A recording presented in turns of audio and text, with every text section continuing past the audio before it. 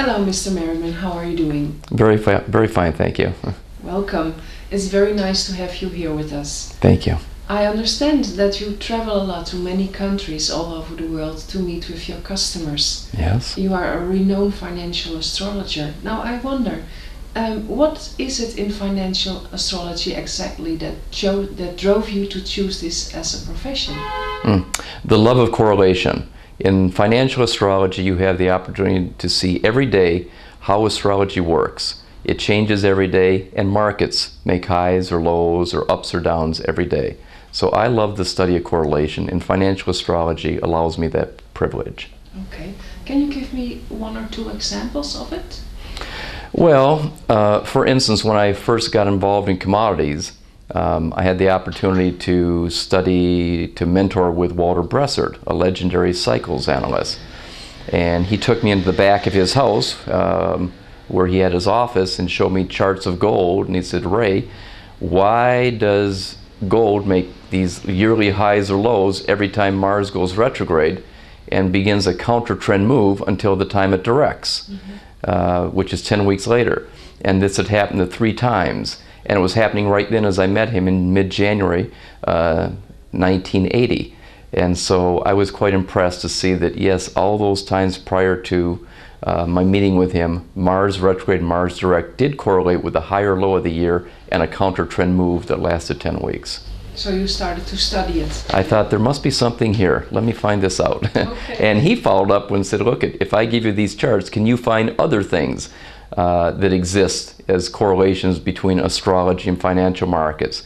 And I said yes, and I took the charts and I studied them for 2 years with the updates of charts, and that became the basis for the Gold Book, the first book that I wrote, which gave 60-some correlations of financial astrology or astrological methods with highs and lows in the gold market. Okay. And we are now into a financial crisis. Did you foresee this crisis coming before it started? Well, yes. In 1994, I started writing about it. We just come out of an important period of 1988 to 1993 known as the Capricorn climax, when the world changed as we knew it. The Berlin Wall came down and Soviet communism ended, and we went into a fantastic market economy. The fax machine, the cell phone, the computer, the internet, they all came aboard at that point. And that ended, the excitement of it ended around 1994, and I began to think, well, what's next?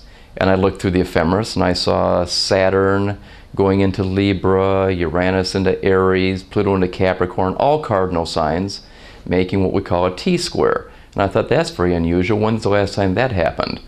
And I looked back in the ephemeris and saw, aha, 1930-31. So I started speculating with the idea that, you know, things are really good right now. We're on the verge of world peace, economic prosperity, but yet something's coming up in 2008 that may last a couple years that deals with maybe the same themes we had during the Great Depression. So I started referring to this in 1994 in every forecast book thereafter, that in 2008 we may be moving into a time of economic crisis that's very similar to the Great Depression. And in fact, that turned out to be the case. That turned out to be the case. You are also well known for your vision of coming trends in the society. What do you foresee for 2010? Well, there's 2 trends as a financial astrologer that I think that are important to consider as possibilities.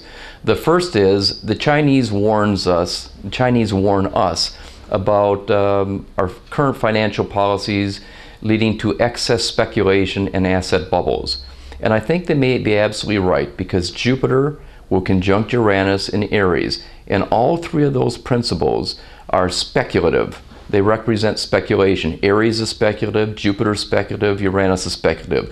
So they're coming together in Aries, which they haven't done for quite some time. In fact, not since the early 1870s, which was also a rather speculative time that led to a great depression by the end of the 1870s. So I think we're going to see as a trend in 2010 is the annihilation of the savers, who are going to be seduced to becoming speculators, because there's no benefit to keeping your money in a bank at 0.1 to 0.3% interest when the stock market is making 60 to 80% annually.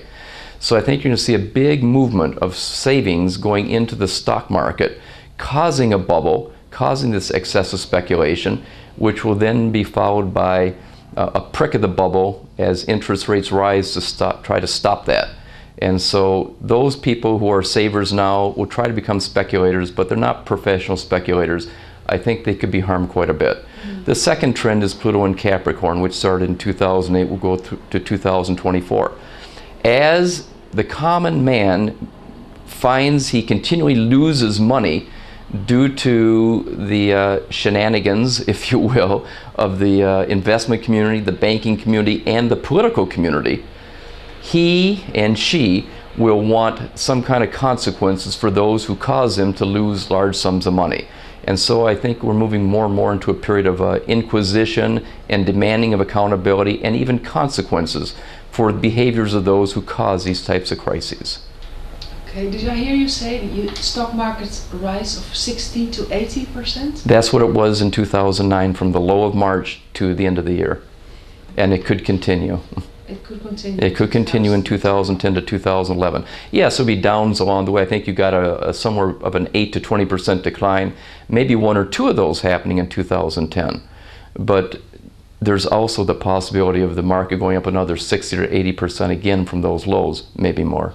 There's always another round. Yes, always another round. Very good. In which sectors should we invest in 2010? Well, I think, again, technology did well with Jupiter and Aquarius in 2009. Now Jupiter's conjunct Uranus. Aquarius and Uranus rule technology, and Jupiter in those signs or an aspect of those planets means those sectors do well. So I think technology continues to do well. I think most of the stock markets will do well, especially from May till maybe March, May of 2010 to March of 2011. So you can invest in almost anything during those periods until the Fed Reserve and the other central banks start to raise interest rates. At that point, you need to get out immediately, almost immediately anyway, and maybe things that benefit from rising interest rates, like get out of bonds, get out of treasuries, get into ETFs. And TBT is a good ETF to get into because I think as the interest rates go up, that will go down. Okay. And what is your practical advice for the coming year? To be nimble, to be willing to adjust on a dime, as we say in America, very quickly. As soon as you see the interest rates start going up, be ready to switch from equities and assets. You need to switch into those kinds of things, protect yourself against rising rates and a falling stock market. As a reader of your newsletters, is it necessary to have knowledge of astrology to understand your work?